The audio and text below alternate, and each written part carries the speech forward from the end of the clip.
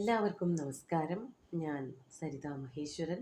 ഇന്ന് ശ്രീകൃഷ്ണവിലാസ മഹാകാവ്യത്തിൻ്റെ 5-ാമത്തെ സർഗത്തിലെ 71ഉം 72ഉം ശ്ലോകങ്ങളാണ് നമ്മൾ പഠിക്കാൻ പോണത്. 2 ശ്ലോകത്തിലും ഉപജാതിവൃത്തം തന്നെയാണുള്ളത്. എങ്ങനെയാണ് വേനൽക്കാലം വൃന്ദാവനത്തിനെയും അതുപോലെ കാളിന്തിയെയും ഒക്കെ ബാധിച്ചത് എന്ന് വർണ്ണിച്ചുകൊണ്ടിരിക്കുകയാണ്. നമുക്ക് ആദ്യം 71ാമത്തെ ശ്ലോകം നോക്കാം. അസ്മിന്നസഹ്യാർക്കമരീചിതാപേ തൃണാനി പര്യാപ്തമനശ്നദീനാം കുക്ഷിർഗവാമദ്ഭിരഭിപ്രപൂര്യസ്താഃ ക്വാപി ദാമോദരസന്ധിനാപ. ആദ്യം പദച്ഛേദം നോക്കാം. അസ്മിൻ അസഹ്യാർക്കമരീചിതാപേ തൃണാനി പര്യാപ്തം അനശ്നദീനാം കുക്ഷി ഗവാം അദ്ഭി അഭി പ്രപൂര്യ താ ക്വ അഭി ദാമോദര സന്ധി ന ആപ. ചെറിയ ചെറിയ വാക്കുകൾ കുറേ അധികം പ്രയോഗിച്ചിട്ടുണ്ട്. ഇവിടെ പറയാണ്, വേനൽക്കാലല്ലേ, പശുക്കൾക്ക് പുല്ലൊന്നും കിട്ടാൻ വഴിയില്ല. അതാണ് പറഞ്ഞ് തുടങ്ങണത്. അതാണ് ഹേ ദാമോദര, അല്ലയോ കൃഷ്ണ ദാമോദര, അസഹ്യ അർക്ക മരീചിതാപേ അസ്മിൻ. അസ്മിൻ എന്ന് പറഞ്ഞാൽ ഇപ്പോൾ, ഈ നിദാഘമാസത്തിൽ, നിദാഘ കാലത്തെ ഋതുവിൽ. എങ്ങനെയുള്ളതാണ് വേനൽക്കാലം എന്നാണെങ്കിൽ അസഹ്യ അർക്ക മരീചിതാപം. അർക്കൻ എന്ന് പറഞ്ഞാൽ സൂര്യൻ്റെ മരീചിയുടെ താപം കൊണ്ട്, രശ്മികളുടെ താപം അതെങ്ങനെയുള്ളതാണ്? അസഹ്യമാണ്. സൂര്യൻ്റെ രശ്മികളെ ഏറ്റവും അസഹ്യമായി പ്രവഹിച്ചു കൊണ്ടിരിക്കുന്നതായ അസ്മിൻ കാലേ, അസ്മിൻ നിദാഘ ഋതൗ, ഈ ഒരു നിദാഘ കാലത്ത്, നിദാഘ ഋതുവിൽ, വേനൽക്കാലത്ത്, പര്യാപ്തം തൃണാനി അനശ്നദീനാം ഗവാം. പശുക്കൾ സാധാരണ പുല്ലാണ് തിന്നുക. ഏത് കാലത്തും ധാരാളം പുല്ല് കിട്ടിയാൽ അവർക്ക് വയറ് നിറയുകയും ചെയ്യും, ധാരാളം പാല് കിട്ടുകയും ചെയ്യും. പക്ഷേ ഈ വേനൽക്കാലത്ത് പുല്ല് ധാരാളം കിട്ടാണ്ടാവില്ല. അപ്പോൾ കവി പറയാണ്, പര്യാപ്തം തൃണാനി അനശ്നദീനാം. പര്യാപ്തം ആവോളം, വേണ്ടും വണ്ണം, അതായത് എത്രയാണോ പശുക്കൾക്ക് ആവശ്യം അത്രയ്ക്ക്, തൃണാനി പുല്ല്, അനശ്നദീനാം തിന്നാത്തവയായിട്ടുള്ള, അതായത് തിന്നാൻ പറ്റാത്തത് കൊണ്ടാണ്. പുല്ല് തിന്നാനില്ല, കാട്ടിലെവിടെയായാലും പച്ച പുല്ലില്ല, ഉണക്കം ബാധിച്ചിട്ടൊക്കെ കരിഞ്ഞു പോയിട്ടുണ്ട്. അല്ലെങ്കിൽ അവിടെയൊക്കെ ഊഷരമായിട്ടുള്ള ഭൂപ്രദേശങ്ങളേ ഉള്ളൂ, പുല്ലൊന്നും കാണാനില്ല. അതുകൊണ്ട് പുല്ല് തിന്നാത്തവരായിട്ടുള്ള ഗവാം, ഗവാം എന്ന് പറഞ്ഞാൽ പശുക്കൾക്ക്, അവർക്ക് പുല്ല് തിന്നില്ല എന്നുണ്ടെങ്കിൽ പിന്നെ എന്തെങ്കിലും വേണം, വയറ് നിറയാൻ എന്തെങ്കിലും വേണമല്ലോ, വെള്ളമെങ്കിലും വേണം. അതാണ് പറയണത്. പര്യാപ്തം അനശ്നദീനാം ഗവാം കുക്ഷി, അവരുടെ കുക്ഷി. കുക്ഷി എന്ന് പറഞ്ഞാൽ വയറ്. ഗവാം എന്നുള്ളത് കൊണ്ട് പശുക്കൾ, അതിൽ എല്ലാ തരത്തിലുള്ള കന്നുകാലികളും ഉണ്ടാവാം.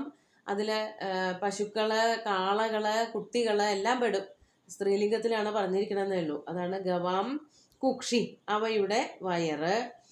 അദ്ഭി അഭി പ്രപൂര്യ, അവരുടെ വയറ് നിറക്കിയെങ്കിലും വേണം. അതായത് പുല്ല് തിന്നാൻ പറ്റിയിട്ടില്ലെങ്കിൽ വെള്ളമെങ്കിലും കുടിക്കാൻ കിട്ടണം. അതാണ് അദ്ഭി അഭി, വെള്ളം കൊണ്ടെങ്കിലും പ്രപൂര്യ നിറക്കേണ്ടതുണ്ട്. പക്ഷേ എന്താണ് പ്രശ്നം? വെള്ളവും കിട്ടാനില്ല. താ ആപ, ആ വെള്ളവും. അപ്പ് ശബ്ദമാണ്, അത് നിത്യബഹുവചനാന്തമാണ്, സ്ത്രീലിംഗമാണ്. അപ്പോൾ താ ആപ എന്ന് പറഞ്ഞാൽ അത്രയ്ക്ക് വെള്ളം എന്നർത്ഥം. പശുക്കൾക്ക് കുടിക്കാൻ ആവശ്യമായിട്ടുള്ള അത്രയ്ക്ക് വെള്ളം എന്നാണ് ഉദ്ദേശിക്കുന്നത്. ക്വ അഭി ന സന്ധി, എവിടെയും കിട്ടാനില്ല. ഈ വൃന്ദാവനത്തിലെ ഒരു ഭാഗത്ത് നോക്കിയാലും ഇത്രയ്ക്കധികം നമുക്കൊക്കെ ഉള്ളത് പശുക്കളാണല്ലോ. ഗോപന്മാരുടെ സ്വത്ത് എന്ന് പറയുന്നതാണ് പശുക്കൾ. ആ പശുക്കൾക്ക് പുല്ല് കിട്ടിയിട്ടില്ല എങ്കിൽ വയറ് നിറയാൻ തക്കവണ്ണം വെള്ളമെങ്കിലും കൊടുക്കണം. അതിനുള്ള വെള്ളം പോലും കാട്ടിലെവിടെയും കാണാനില്ല. അപ്പോൾ വെള്ളത്തിൻ്റെ വിഷയത്തിലേക്ക് വന്നു. എന്നിട്ട് വേണം പിന്നെ കാളിന്തി നദിയിലേക്കും കാളിന്തി നദിയിൽ വസിക്കുന്ന കാളിയനിലേക്കും ഒക്കെ എത്തിക്കാൻ. അപ്പോൾ പശുക്കൾക്ക് വേണ്ടത്ര പുല്ലും കിട്ടണില്ല, വെള്ളവും കിട്ടണില്ല എന്നുള്ളൊരവസ്ഥയാണ് ഇപ്പോൾ സംജാതമായിരിക്കുന്നത്. ഈ വേനൽക്കാലത്ത് അവയ്ക്ക് വയറ് നിറയ്ക്കാൻ പറ്റുന്നില്ല. അതൊരു ദുഃഖം ആയിട്ടുള്ള കാര്യമാണ്. അതാണ് ഗോപൻ ഭഗവാനോട് പറയണത്. അങ്ങനെ പശുക്കൾക്ക് ആവശ്യമുള്ളതായിട്ടുള്ള പുല്ലും വെള്ളമൊക്കെ ഉണ്ടാക്കണമെങ്കിൽ അങ്ങ് തന്നെ കടാക്ഷിക്കണം എന്നാണ് ഉദ്ദേശിക്കുന്നത്. നമുക്ക് അടുത്ത ശ്ലോകം കൂടി നോക്കാം. 72ാമത്തെ ശ്ലോകം നോക്കൂ. ഹ്രദോ മഹാനസ്തി കളിന്ദജായാം കൽപക്ഷയേപ്യക്ഷയവാരി സമ്പത് ധനീവലോഭേന സപന്നഗേന പരോപകാരക്ഷമതാം നധത്തേ. ആദ്യം പതിച്ചത് നോക്കാം. ഹ്രദ മഹാൻ അസ്തി കളിന്ദജായാം കൽപക്ഷയേ അഭി അക്ഷയവാരി സമ്പത്ത് ധനീ ഇവ ലോഭേന സപന്നഗേന പരോപകാരക്ഷമതാം ന ധത്തേ. കാട്ടിലെവിടെയും വൃന്ദാവനത്തിൽ എവിടെയും വെള്ളം കിട്ടാനില്ല, വെള്ളത്തിൻ്റെ ഒരു ശബ്ദം പോലും കേൾക്കാനില്ല എന്നുള്ളതൊക്കെ പറഞ്ഞു. ഇനി കാളിന്തിയുടെ കഥയാണ് പറയണത്. പശുക്കൾക്ക് വെള്ളം എവിടെയും കുടിക്കാനില്ല എന്ന് പറയണത് ശരിയല്ല. കാളിന്തിയിൽ വെള്ളമുണ്ട്, പക്ഷെ അത് പെട്ടെന്ന് പോയിട്ട് കുടിക്കാൻ പറ്റൂല. അതാണ് ഇവിടെ പറയണത്. കളിന്ദജായാം, ആ കാളിന്തി നദിയിൽ കൽപക്ഷയേ അഭി അക്ഷയവാരി സമ്പത്ത്. കൽപക്ഷയേ, കൽപക്ഷയത്തിൽ പോലും, കൽപക്ഷയം എന്ന് പറഞ്ഞാൽ യുഗാന്തമാണ്. അതായത് നമ്മൾ ഈ പറയുന്ന വാക്ക് കൽപക്ഷയം എന്നുള്ള വാക്കിന് യുഗം തീർന്നാലും വെള്ളം തീരില്ല, അത്രയ്ക്കധികം വെള്ളം ഉൾക്കൊള്ളുന്ന ഒരു നദിയാണ്. അല്ലെങ്കിൽ അങ്ങനെ വെള്ളമുള്ള ഭാഗങ്ങളുണ്ട് കാളിന്തിയിൽ എന്നാണ് പറയണത്. ഏത് വേനൽക്കാലത്തും ആ കാളിന്തി നദിയിൽ വെള്ളമുണ്ട്. അതാണ് കൽപക്ഷയേ അഭി. കൽപക്ഷയത്തിൽ പോലും അക്ഷയവാരി സമ്പത്ത് ഹ്രദോ മഹാൻ അസ്തി. അക്ഷയമായ വാരി സമ്പത്തുള്ള, അക്ഷയം എന്ന് പറഞ്ഞാൽ തീരാത്തത്, കഴിയാത്തത്, അതായത് ഒഴിയാത്തത്, എപ്പോഴും നിറഞ്ഞു കിടക്കുന്നതായ വാരി സമ്പത്ത്, വെള്ളത്തിൻ്റെ സമ്പത്തോടുകൂടിയ മഹാൻ ഹ്രദ അസ്തി, വലിയൊരു ഹ്രദമുണ്ട്. ഹ്രദം എന്ന് പറഞ്ഞാൽ തന്നെ ഒരു വലിയ ആഴമുള്ള കുഴികളെ പറയണ പേരാണ് ഹ്രദം. ആ ഹ്രദം എവിടെയാണുള്ളത്? കാളിന്തിയിലുണ്ട്. എല്ലാ കാലത്തും വെള്ളമുള്ളതായ ചില ആഴമുള്ള കുഴികൾ. അതായത് ബാക്കി എല്ലാ ദിക്കിലും അത്രയ്ക്ക് വെള്ളം കാണില്ല, എന്നാൽ ഈ കുഴികളിൽ ധാരാളം വെള്ളം ഉണ്ടാവും. അത് സാധാരണ പ്രയോജനപ്പെടുത്താൻ പറ്റേണ്ടതാണ്, എന്നാൽ ആ വെള്ളം ഇപ്പോൾ ഉപയോഗിക്കാനേ പറ്റില്ല. അതാണ് ഗോപൻ പറയണത്. കൽപക്ഷയത്തിൽ പോലും നിറഞ്ഞു കിടക്കുന്ന ഹ്രദങ്ങളുണ്ട് കന്യയിൽ അഥവാ കാളിന്തിയിൽ എന്നാണെങ്കിൽ പോലും അതിനെന്താണ് ഒരു കുഴപ്പമെന്നാണെങ്കിൽ പന്നഗേന ധനീ ലോഭേന ഇവ സ പരോപകാരക്ഷമതാം ന ധത്തേ. പന്നഗേന, പന്നകത്താൽ, പന്നം പതിതം ഗച്ഛതീതി പന്നക, അതായത് താഴേക്ക് വളരെ താഴ്ന്ന ഭാഗങ്ങളിലേക്ക് സഞ്ചരിക്കുന്നവൻ. അതായത് പാമ്പുകളാണല്ലോ വെള്ളത്തിലൊക്കെ അടിയിൽ കൂടെയൊക്കെ ഇങ്ങനെ സഞ്ചരിക്കുന്നത്. പാമ്പുകൾക്ക് മാത്രമായിട്ട് പറയണ പേരാണ് പന്നകമെന്ന്. അപ്പോൾ ഈ പന്നകത്താൽ, അതായത് കാളിയ സർപ്പത്താൽ എന്തുപോലെയാണ് കാളിയൻ ഇപ്പോൾ ആരെ പോലെയാണ് പ്രവർത്തിക്കുന്നത് എന്നാണെങ്കിൽ ധനി ലോഭേന ഇവ. ധനി എന്ന് പറഞ്ഞാൽ നല്ല ധനമുള്ള ഒരാൾ. അയാൾക്ക് ലോഭമുണ്ടെങ്കിലോ, ലോഭം എന്ന് പറഞ്ഞാൽ അത്യാഗ്രഹം. അത്യാഗ്രഹമുള്ള ഒരു ധനിയാണെന്നുണ്ടെങ്കിൽ അയാൾ ആവശ്യത്തിന് പോലും ഒന്നും ചെലവഴിക്കില്ല.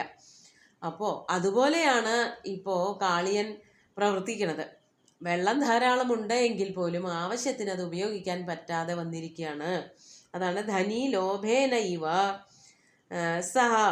സഹ എന്ന് പറഞ്ഞാൽ ആ ഹ്രദം പരോപകാരക്ഷമതാം, മറ്റൊരാൾക്ക് ഉപകാരത്തിനായിട്ട് ഇപ്പോൾ ന ധത്തേ ഭവിക്കുന്നില്ല.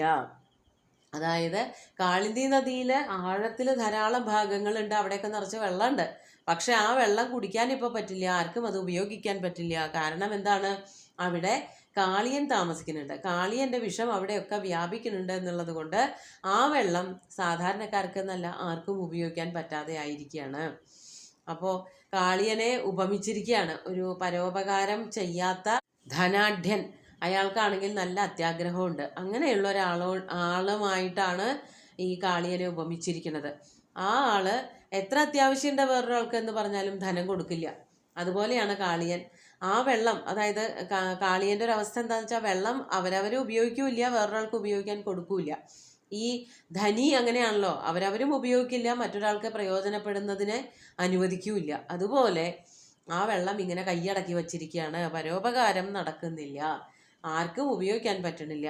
ഗോപന്മാർക്കും പറ്റുന്നില്ല, പശുക്കൾക്കും പറ്റുന്നില്ല, അവിടെയുള്ള വഴിയാത്രക്കാർക്കൊക്കെ വളരെയധികം ബുദ്ധിമുട്ടുണ്ടാക്കിക്കൊണ്ട് കാളിയൻ അതാ കാളിന്തി ജലത്തിൻ്റെ ഈ ആഴങ്ങളിലൊക്കെ വസിച്ചു കൊണ്ടിരിക്കുകയാണ്.